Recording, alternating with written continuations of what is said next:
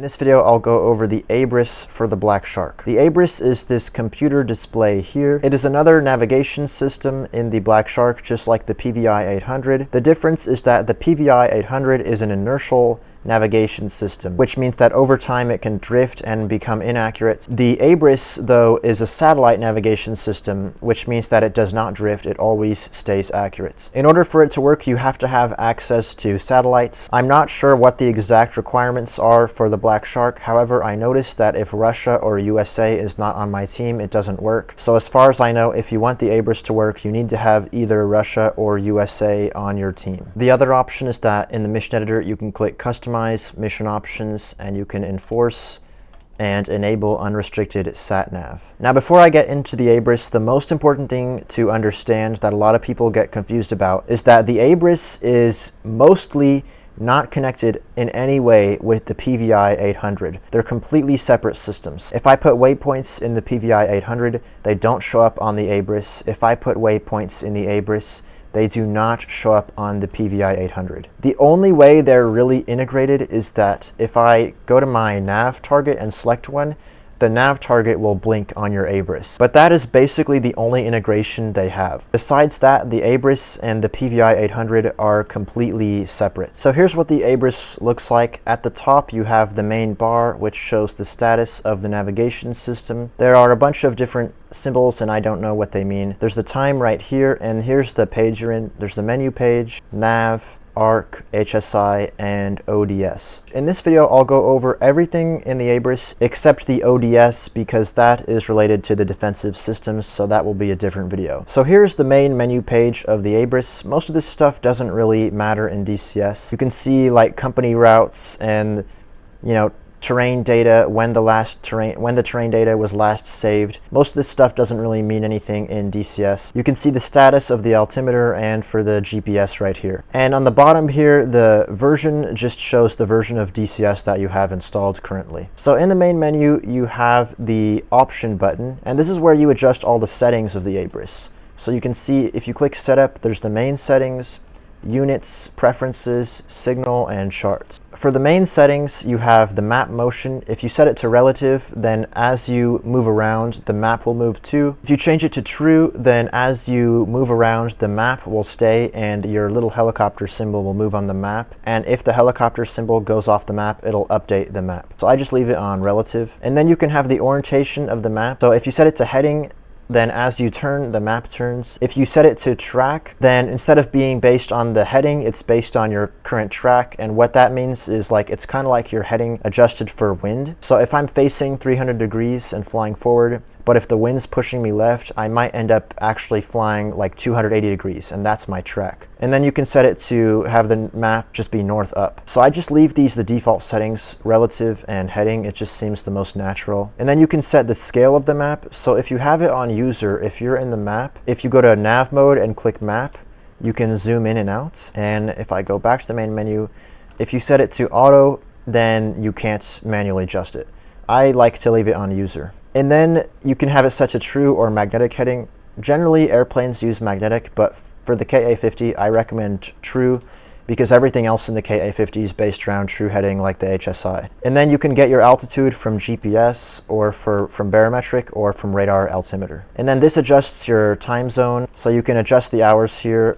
And then you can adjust the time and the date here. I just leave it on default. And then this aft start, so if you set it to auto, then once you hit 25 kilometers per hour, it starts your flight clock. And if you set it to user, you can manually start it. I don't know how to manually start it. I couldn't find it in the manual, but I don't really use that anyway, so I don't really care. And in the manual, it was kind of vague about this. It says this is the length of the flight recorder in seconds. I'm not really sure what it means by that. If it means how long, you know, the recorder lasts when you employ your weapons. I don't really know what it means by that, so I don't think it matters in DCS though. And then for waypoint sequence, if you leave it on auto, once you hit a waypoint, it switches to the next one. You can put it on a user to do it manually. Steer point passed is how close you have to be to a steer point for it to automatically select the next one. And then there's cross-track error scale. So what your cross-track error is if I'm going from waypoint 2 to 3, this is the track from 2 to 3. So if I'm right on the track, you know, there's no error. But if I'm going in the right direction, but if I'm kind of a little off like this, then I might have like a cross-track error of this distance here. So basically in the navigation page, this shows your cross-track error. So the more error, like if you're to the left of the track, the green bar will grow out here to the left. What this does is sets the scale in kilometers, so you can set, you know, the min and max, and it automatically will change. The RMI here are for your needles, which point to different things, so you can do your waypoints, so to or from your waypoints.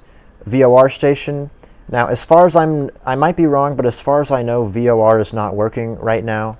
I mean, the VOR navigation works, but the VOR setting here in the Abris doesn't work right now. And then radio is for an ADF, which would be with this panel here. So I recommend doing it the defaults to steer point and radio, and you can see those needles here, to steer point and radio. And those needles are not on the nav page, they're on the ARC page and on the HSI. And then there's RAIM threshold. This has to do with the GPS. So this is the threshold of estimated error where it assumes that your position is inaccurate. So I'll go over this a little bit more when we go to the GPS page, but basically it kind of estimates what the error would be based on, you know, how many GPS satellites you're connected to, and you can set the threshold. Like if I set it to, like if I click change, you can use the little wheel here to adjust it, and I could go back and set it to, I don't know, 126 feet and click enter. So if it assumes the error is going to be more than 126 feet based on the satellites, then it'll give you like a warning. And then you can select if you want to use the automatic threshold, which is like 1,000 feet or something, or the user one. And I'll go over more this in the GPS page. I don't know what check pseudo range does. It didn't really explain it in the manual, so I have no idea, but it's on by default, so I would just leave it on. So next there's the unit page. You can change the coordinates. By default, the Abris uses degrees, minutes, and seconds, but you can change it to degrees with decimal minutes. In DCS, a lot of people like to change it to degrees and decimal minutes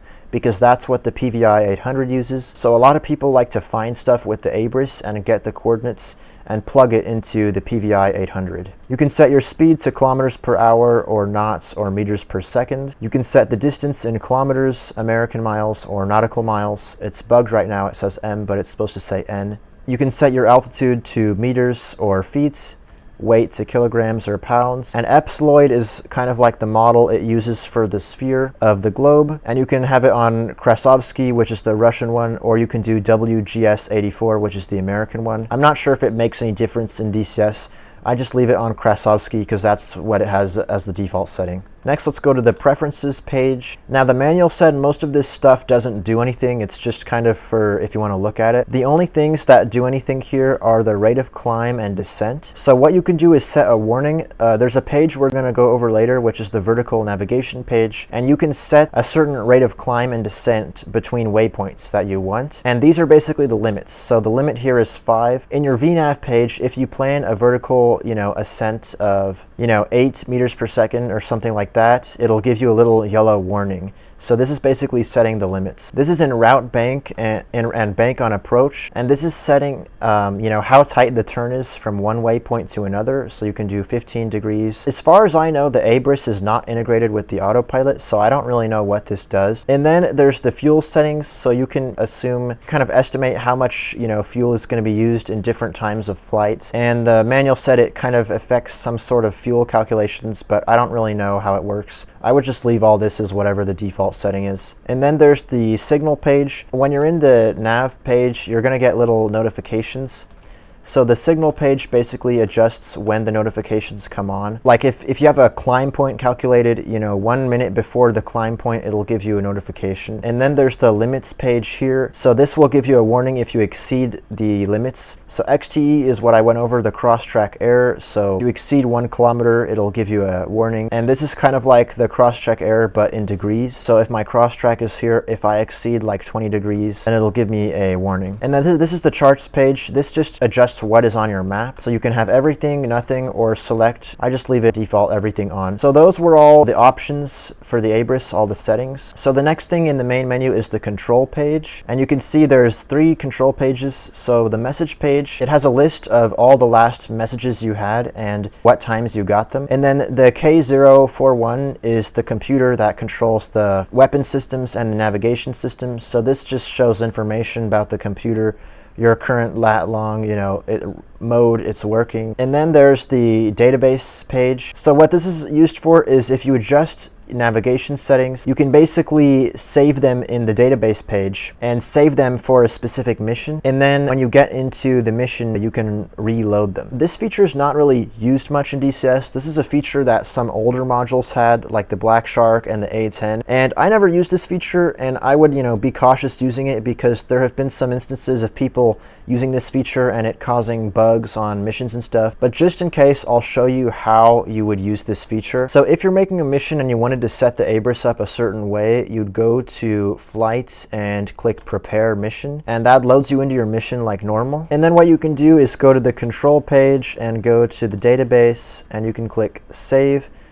And by the way, when you enter the database, as far as I know in my testing, load doesn't do anything. You have to load them from a different page. I'll show you in a second. And if you're in this prepare mission mode, what you do is save, and you can basically left click and scroll on, or you can use your mouse wheel, and you just go to these different things and you can click save on each of them, and it'll save all your Abris settings for this particular mission. And next time you load in, they'll be saved that way. And I think some of the settings are auto loaded when you get back into the mission, and some of the settings have to be loaded from the flight plan page. So you go to plan, select, load, and you can load it in. So that's how the database page works. Once again, in DCS, I never really used the prepare mission feature. It's kind of an older feature in DCS, so just in case you wanted to know what that was, that's what that is. So that was everything on the control page on the main menu. So I'll go over a flight plan in a second, but let's go over the gnss page now. So this shows you all the satellites that are over you, and the more satellites you have, the more accurate your position is. So if it's green, it means you're getting information from it, and if it is gray, it means it is not using info from the satellite. And also, you'll notice some of the satellites are round. If it's round, it's an American satellite, and if it's a square, it is a Russian satellite. Also, you'll notice this little dot, that is the altitude mask. So you can set kind of a mask. For example, if you have it set to 5 degrees, which is default, it means 5 degrees above the horizon. Anything that's at that level or higher will be accepted, but any satellite that's below that level will be rejected. Now, the manual said they recommend you not setting a super big mask. If you set like a 60-degree mask, you're basically only going to be having satellites that are right on top of you, and you're not going to have a super accurate position. So I just recommend leaving the mask as the default 5 degrees, and I'll tell you how to change that in a second. So you can see the thing I was talking about earlier here with RAIM threshold. So right now it's set to the default threshold, which is 3,000 meters, and you can see it is okay. So that means it's estimating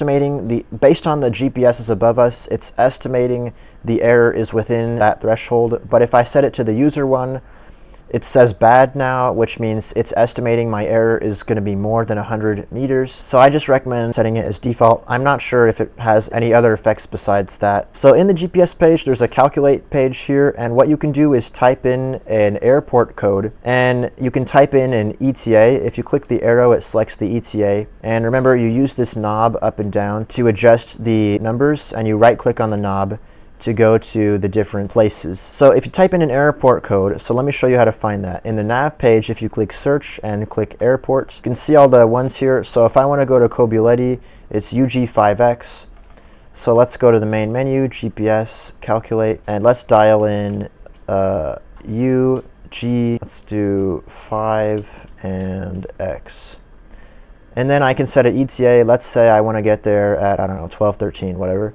And then click enter, and it's going to calculate where the satellites will be over Kobuleti at this time. And if it says a plus, that means there's going to be enough GPSs there to have an accurate position. If it has a minus, it means that there's probably not going to be enough GPSs there.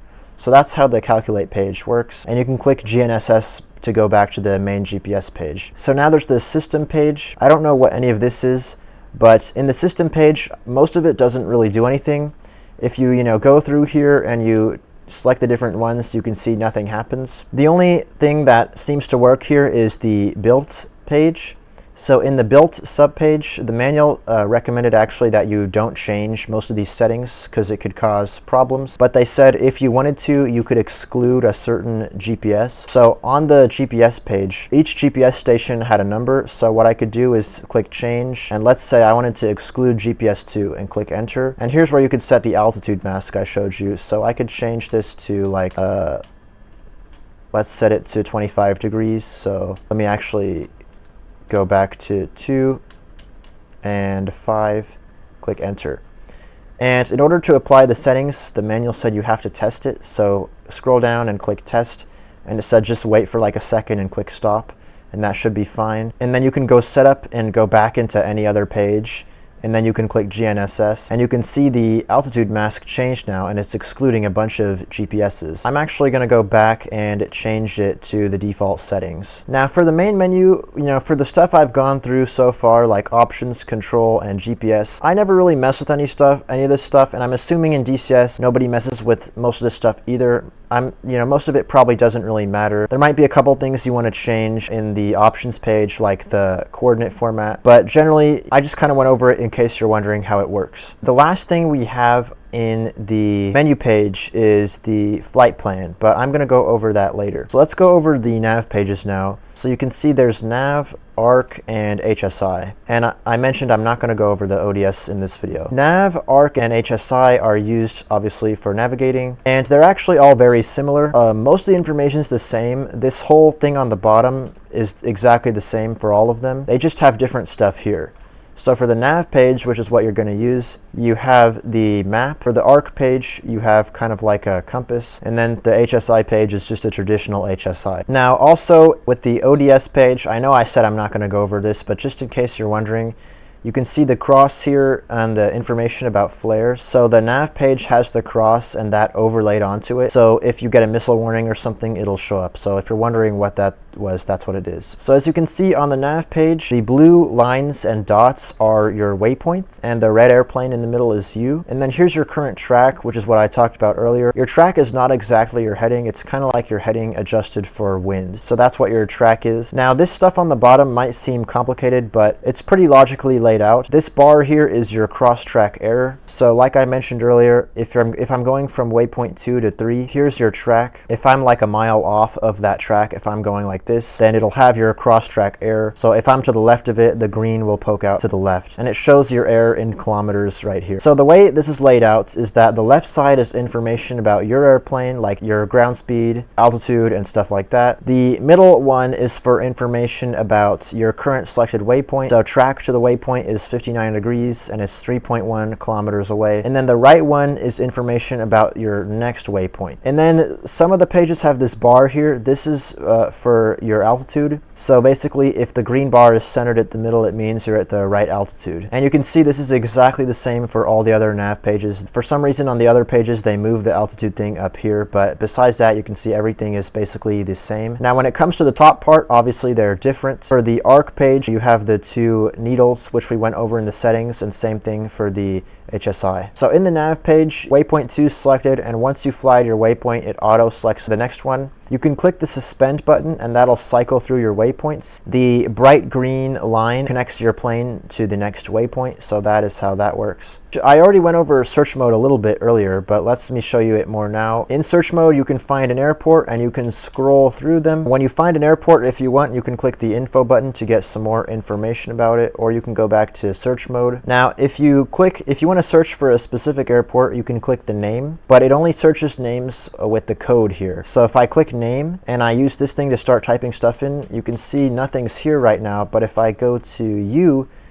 now all my airports are starting to show up. That's how you search for a specific one. There's also the to button.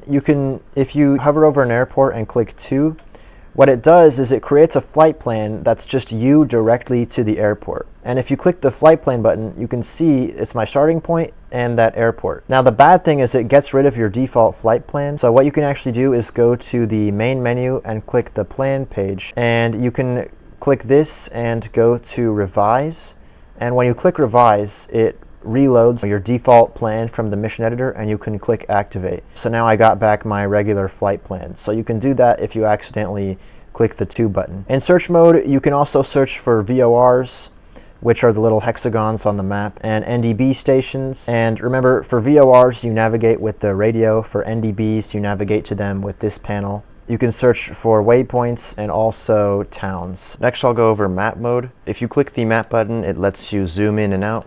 This is really useful. A lot of times I go to map mode, zoom in, and go back to nav mode. Also in map mode, if you click info, it gives you a cursor that you can move around, and you can put the cursor on any symbols on the map. and click the info button, and it'll give you info about it. For example, right now I'm getting information about this NDB station. Lastly, map mode has the ERBL button, which is the estimated range and bearing line. If you click this, it has a line starting from your airplane out to wherever you move the cursor, and it gives you the bearing and range to it. Also, if you want to change the origin, like for example, if I want to start the cursor on this NDB station, you can click marker. It moves the origin onto the NDB, and then you can move the line from there. So that's map mode. So in the nav page, the last thing we have here is the flight plan button.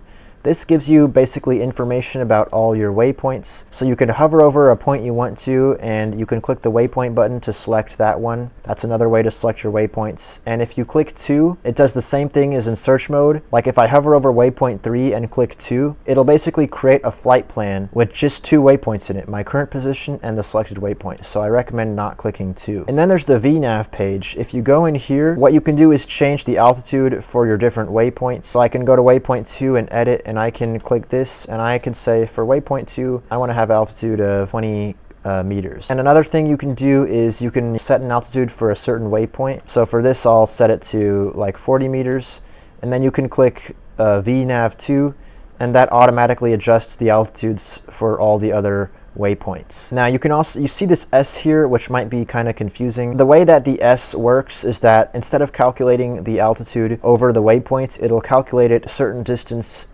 before or after the waypoint. So if you click edit, and then you can switch this to like a minus, and then I can right click and I can set it to 1 or 2. So instead of being at 40 meters at waypoint 4, I should be at 40 meters at 2 kilometers before waypoint 4. So that is how that works. Now there's also the VY here. So instead of setting a target altitude, what you can do is set a target vertical velocity between waypoints. For example, if I wanted to go to waypoint 3 and increase my altitude to waypoint 4, what I could do is hover over this little box and click target vertical speed. So I could say I want to have like a target vertical speed of 9 meters, and you'd click enter, and it kind of adjusts the stuff. And when I adjust it, you can see it adjusts the altitude of the other waypoints. But you have to be careful because it can cause problems. Obviously, waypoint 3 should not have an altitude of -5 meters, so you have to be careful. So what I would have to do is, if I, for example, increase this altitude to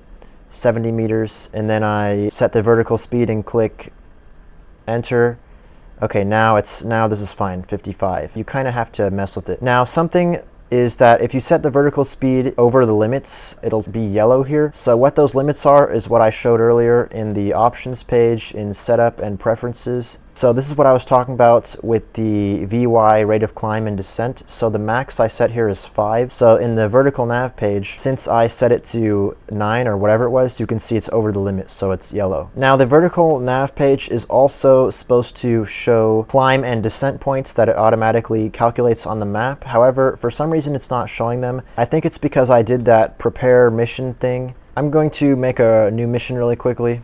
Okay, so I just made a new mission, and as you can see, in the VNav page, it's actually showing my waypoints properly.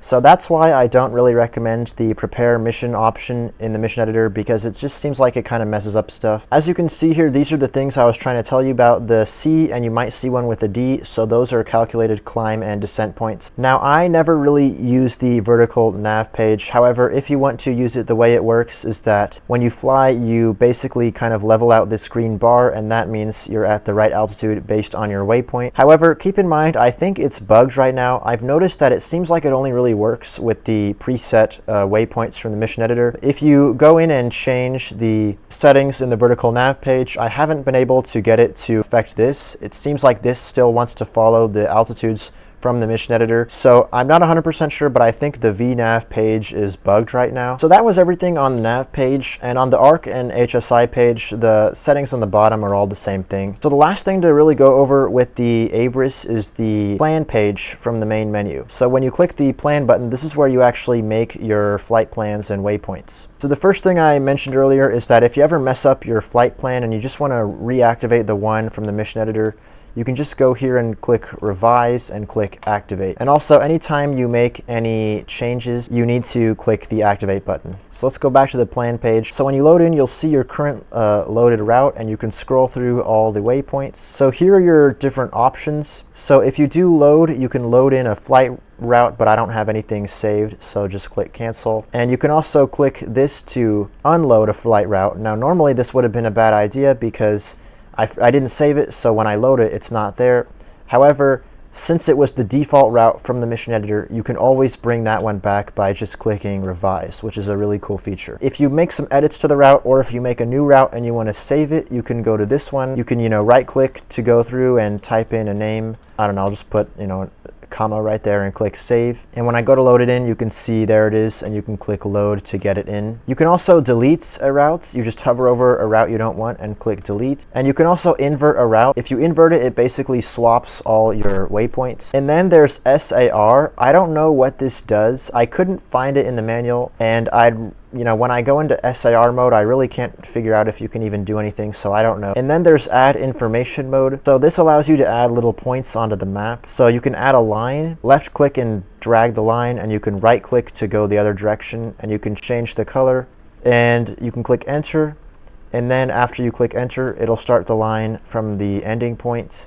And if you want to make a new line, you can click cancel. And when you click cancel, if you don't see the option to add another line, it's because you're hovering over one right now. So you can see when you hover over something, it says delete. But now I can add a new line, and you can add whatever you want. And you can use that to delete any kind of point. So if I wanted to delete the NDB right there, I could do that. But I don't know why you'd want to do that. So I'm just going to delete this line right here. And you can also add a point. So if you do add a point directly, what you can do is click move and put it exactly where you want. So let's just put it up here. And then you can change the type. Right now it's set to a VOR, but let's just set a landmark. And you can use the arrow to scroll through the different settings. Let's just name this, I don't know, _0.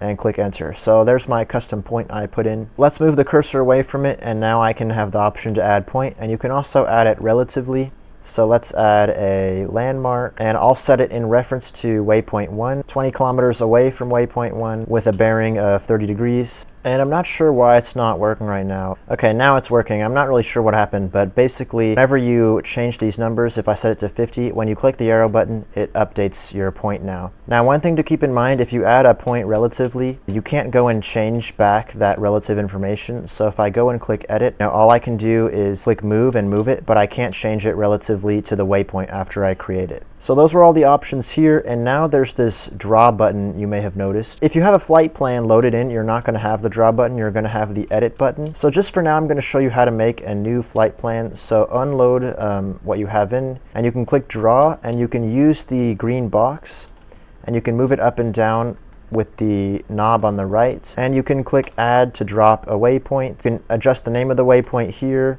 and you can set the mode. A flyby waypoint is one where you don't overfly the waypoint, you kind of curve from the first one to the next one. If I scroll it, you can see there's an overfly waypoint. This is where you literally overfly the waypoint and then you get back on track. And then there's this one. You overfly the waypoint, but you basically get on track, before you overfly it. So when you're coming in on your routes, you kind of go outwards and then you point towards the waypoint, and when you overfly it, you're already on the correct track. I'll put pictures of what each one is. Now, since the Abris is not integrated with the autopilot, I'm not sure what this option really does. Maybe it's just for your own reference for how you're supposed to fly, but I just leave it on the default setting. And then you can set the magnetic variation, but I'm not sure if it really matters if you need to put that in. So once you've put a waypoint in, you can click enter, and then you can click edit and select insert to put your new waypoint in.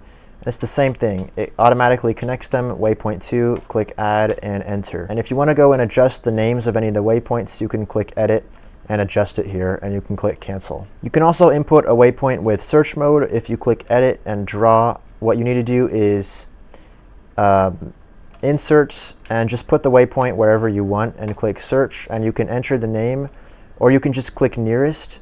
And after you click nearest, if you keep clicking search, it'll cycle through all the closest points around on the map. So let me just do this NDB, and you can click enter, and it adds that in as my third waypoint. And if you want to delete a waypoint, just click delete. So you can go back to plan. So this is what I've made for my flight plan so far. It just has 2 waypoints. And you can see now I have, the edit button, and I can go back to draw mode. And you just load in all your waypoints like that, and when you're done making your flight plan, you click active, and it takes you to the nav page, and here's my flight plan.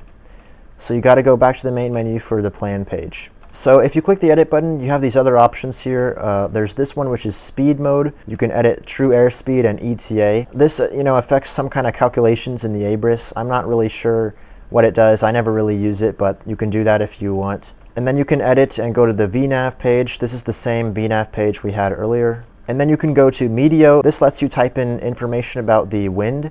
I'm not sure how exactly it affects the Abris. I think it does some kind of calculations to your flight plan, but I never really do this. And then there's the fuel page, kind of the same thing as the wind page. Input the fuel you estimate you're going to use between each leg, and it applies some sort of calculation to the Abris. So I'm pretty sure I went over everything in the Abris. I don't really use a lot of the features myself, so hopefully I explained it correctly based off the manual. Once again, a lot of the stuff you don't really use. Like in DCS, I'm not going to be like going in and excluding GPS number 70. A lot of this stuff is just kind of here. The stuff you're mainly going to really use is the map page, which shows your flight plan. It gives you a lot of situational awareness. And the other thing you might use is the main menu if you want to make your own flight plan, or in the options, changing some of these things for your preference. That's the main stuff you're going to really be using on the Abris. So that was how the Abris works in DCS in the Black Shark. Thanks for checking out this video, and I'll see you later.